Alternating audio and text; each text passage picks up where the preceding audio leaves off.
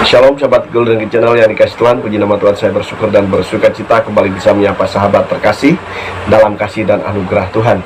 Sahabat terkasih, saya selalu berharap dan berdoa agar sahabat senantiasa dalam keadaan baik dan sehat dan senantiasa diberkati oleh Tuhan. Sahabat terkasih, saat ini kita akan menyaksikan sebuah video yang kita akan lihat videonya berikut ini. Penemuan arkeologi akhir-akhir ini menunjukkan bahwa tempat-tempat di wilayah misalnya Asdod, Askalon, Gad itu banyak ditemukan tulang-tulang babi. Artinya apa?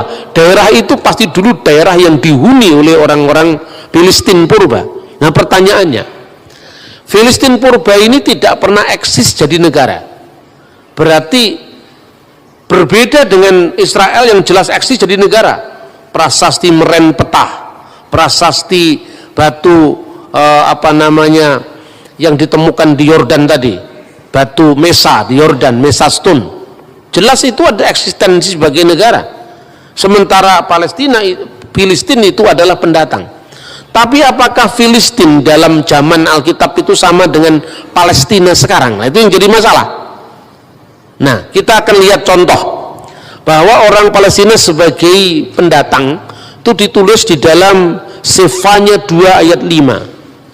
Yosabe Hebel Hayam Kretim, penduduk tepi laut orang-orang Kreti. Kreti itu pulau Kreta dari Yunani. Yang kedua misalnya disebut juga tadi disebutkan Filistin Kaftorin, orang-orang Palestina yang datang dari daerah yang namanya Katfor. Ini menunjukkan eksistensi orang-orang pendatang di Yerusalem. Bagaimana dengan ungkapan Al-Quran sekarang? Nah ini penting ini. Justru anehnya Al-Quran sendiri, kalau ini dijadikan rujukan sebagai konflik agama, justru di dalam Al-Quran surat Al-Maidah ayat 21 menegaskan bahwa kepada Musa, kaumnya Musa telah diberikan tanah suci, yaitu Israel. Disebutkan di dalam surat Al-Maidah 21 digambarkan Nabi Musa itu menyampaikan kepada kaumnya, ya kaumi udkhulu al-ardal muqaddasal lati kataballahu lakum.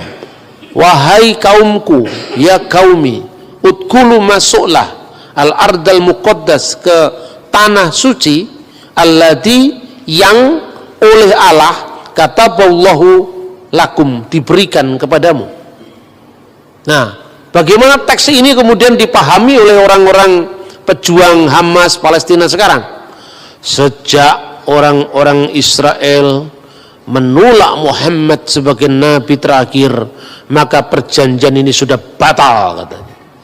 Dan sekarang tanah Palestina itu sebagai tanah wakaf yang diberikan oleh Allah kepada umat Islam sampai akhir zaman. Itulah. Jadi ini Quran ini katanya batal karena sejak orang Yahudi menolak Isa Al-Masih dan Muhammad, itu kira-kira. Nah itu satu. Kemudian kalau Palestina itu, Palestina modern, memakai dalil agama untuk menguasai Israel, maka mereka harus mau disamakan dengan apa yang dikenal dalam Quran kaum raksasa, kauman jabarin. Kauman jabarin, orang-orang raksasa yang diusir dari tanah suci bersamaan dengan masuknya kaum Musa. Dan itu disebutkan di dalam surat Al-Maidah ayat 22. Kacau kalau itu dilakukan, kalau dalil agama. Israel terlalu kuat dalilnya.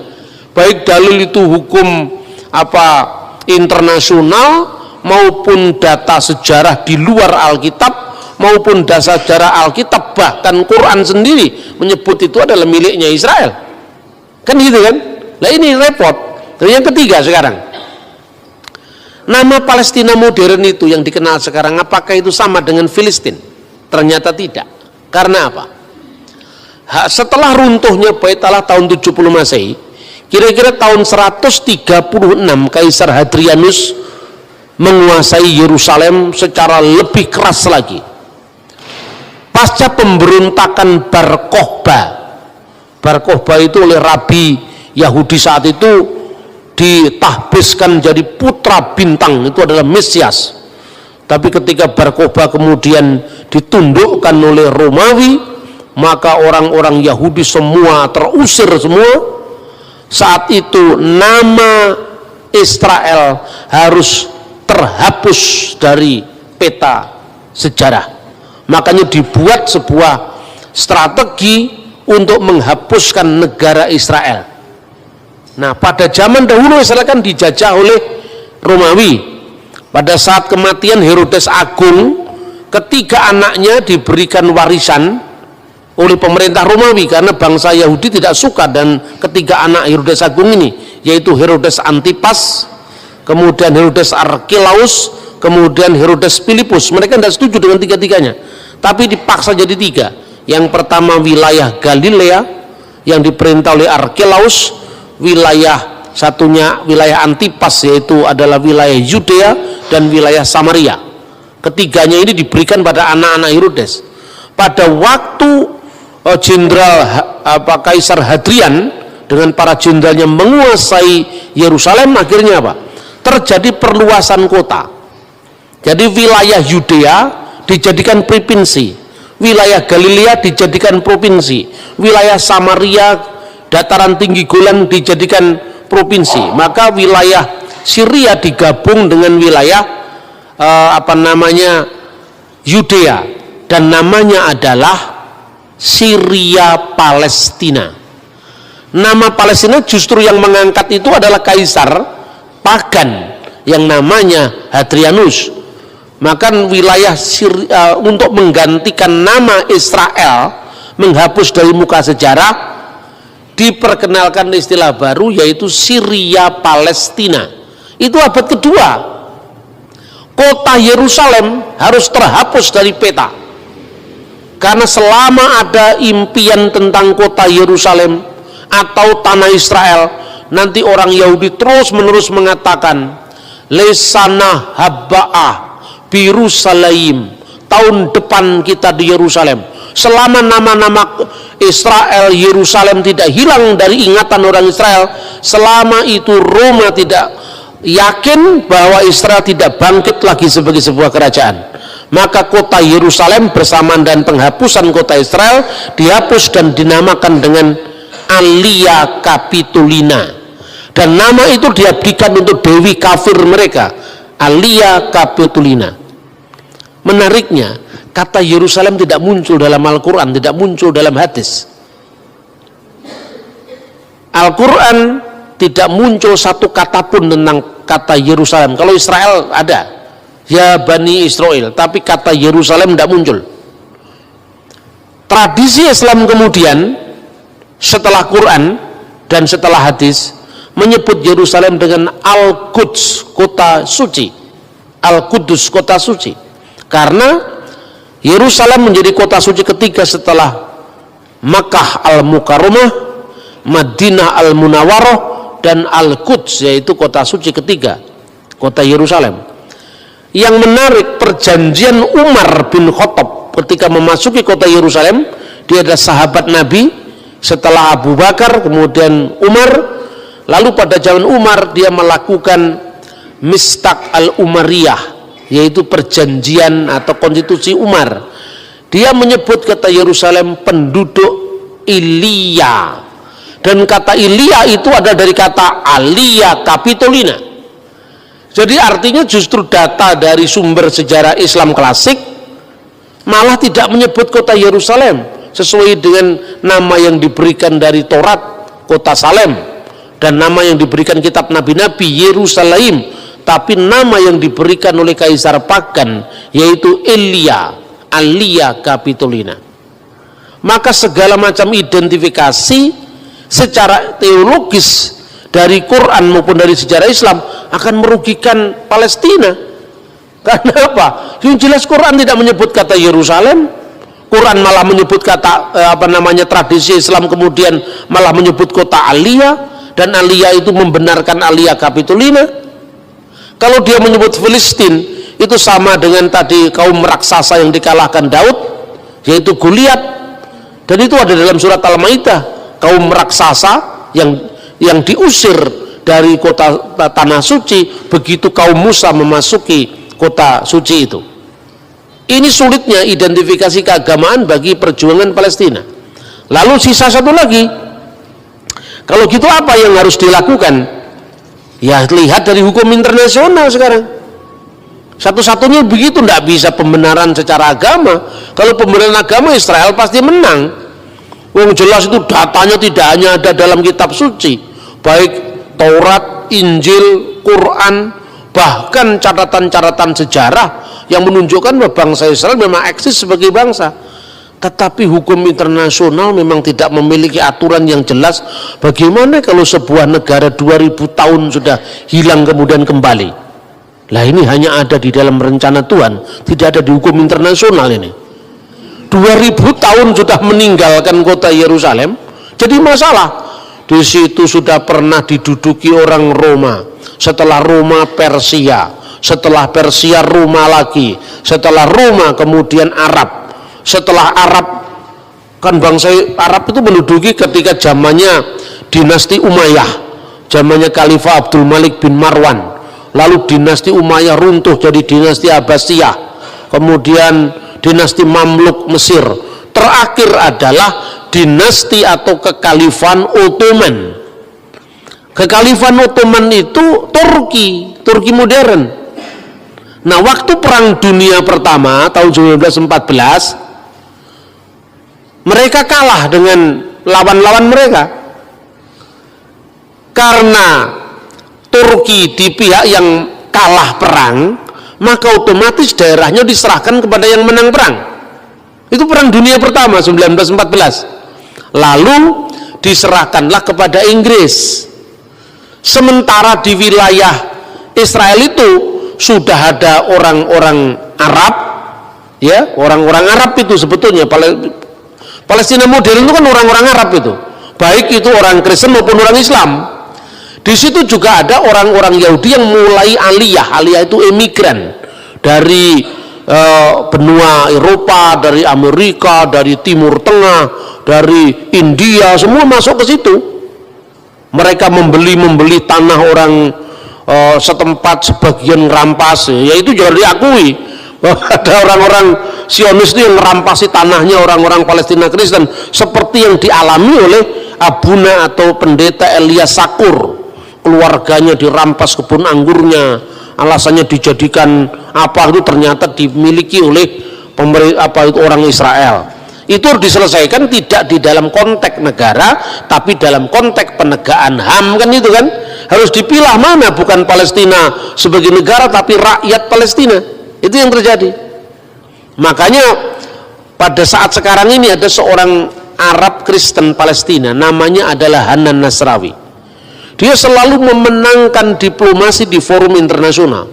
Kalau pihak Hamas itu pihak Islam yang garis keras itu munculnya setelah Intifadah tahun 1987. Mereka selalu mengatakan hapus peta Israel dari muka bumi, ya itu kan cakar PDW itu. Ya, karena ini tanah wakaf umat Islam sampai akhir zaman, dia semaunya sendiri kan, ya begitu hukum internasional. Dokumennya tidak ada seperti itu. Tanah wakaf itu kan urusanmu. Tahu hukum internasionalnya seperti apa? Hanan Nasrawi sadar, sebagai seorang Kristen dia tahu Alkitab pasti. Bukan dia tahu Alkitab, dia tahu dokumen-dokumen sejarah. Bahwa kalau kita memakai dalil keagamaan kita mesti kalah. Karena memang baik Al-Quran maupun Alkitab kalau dalil agama membenarkan kepemilikan Israel. Lalu dia pakai dalil HAM. Waktu saat ada konflik tanah, bahwa ada orang-orang Israel yang menguasai tanah itu secara paksa, pembayaran ganti rugi nggak dilakukan, orang itu terusir. Terus ditanya di forum internasional, di PBB, orang yang bersangkutan itu dihadirkan. Ini tanah milik siapa? Negara Israel mengatakan ini tanah wilayah Israel. Ya, saya tahu ini wilayah Israel. Tapi tanah itu miliknya siapa? Ini tanahnya pemerintah Republik Indonesia, tapi gereja ini sertifikatnya namanya siapa? Kan itu kan persoalannya. Tetangga sebelah itu masa ada sertifikat miliknya Republik Indonesia? Itu enggak kok. Sertifikatnya ini punya siapa? Misalnya punya Tuan Samuel. Tuan Samuel berasal dari mana tanah ini? Dari bapak saya Tuan Daud. Bapak Daud, Tuan Daud dari mana? Oh, dari kakek saya Tuan Sulaiman. Oh, jelas. Mana sertifikatnya? Ini sertifikatnya. Sertifikat ini tidak dicabut ketika Israel menguasai tempat ini. Terus kemudian forum internasional mengatakan, serahkan ini kepada yang punya. Bahwa wilayah ini sekarang menjadi wilayah Israel, itu no problem. Silahkan, wong itu wilayah negara. Tapi sertifikatnya siapa? Ya, orang ini serahkan. Kalau kamu mau beli, ya beli dengan harga yang layak. Itu yang terjadi. Jadi antara penyelesaian secara HAM, secara pribadi, dengan penyelesaian secara politik. Sama dengan gini lah. Indonesia dulu kan milik dijajah Belanda, ya toh? Setelah dijajah Belanda kita merdeka. Tanah yang kita miliki ini tanah nenek moyang kita sebelum Indonesia merdeka, ya toh? Berarti sekarang mentang-mentang Indonesia merdeka, terus yang punya ini misalnya orang Timor yang sekarang masuk Portugis. Kemudian dikatakan, oh tidak bisa, kamu orang Timur, ini tanah orang Timur-Timur, ini tanah sekarang miliknya Republik Indonesia. Betul Pak, ini miliknya Republik Indonesia, tapi ini yang beli kakek saya Pak. Lah kamu warga negara apa? Warga negara Timur-Timur. Iya kan, sejak zamannya Pak Habibie Timur-Timur lepas dari Indonesia. Ini negara ini menguasai milik saya, ini jelas ini pembelian dari kakek saya, kira-kira seperti itu.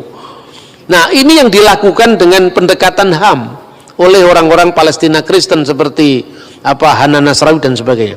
Tapi sekarang kita runut bagaimana sejarahnya Israel secara modern. Setelah tahun 1914 Turki kalah perang, Palestina diserahkan kepada Inggris karena pihak pemenang. Lalu Inggris mengeluarkan mandat yang namanya Deklarasi Balfour. Deklarasi Balfour itu dikeluarkan tahun 1917 dengan ketentuan bahwa tempat ini Israel adalah tanah air bagi bangsa Yahudi. Nah, lalu menimbulkan protes bagi orang-orang lokal yang menghuni tempat itu sebelum pendatang-pendatang Yahudi datang ke tanah Israel. Ketika terjadi proses rakyat itu, mereka kan warga negara, dulunya kan warga negara Turki. Tapi kan Turki sudah kalah perang dunia pertama, harus diserahkan kepada Inggris. Inggris mengeluarkan deklarasi Balfour yang mengatakan itu tanah milik, itu tanah air Israel. Orang-orang yang menduduki tanah itu sebelum Israel datang, artinya orang-orang Yahudi yang datang dari barat tadi, keberatan. Lalu pada tahun 1937 dikeluarkan yang namanya Komisi Lordville. Karena ada orang yang namanya Tuanville, maka Lordville.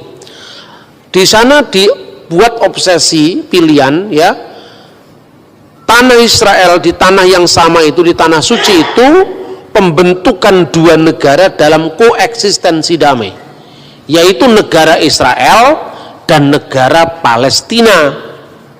Itu ditawarkan tahun 1947, dikeluarkan lagi resolusi PBB 181 yang mengatakan mengulangi kembali solusi dua negara.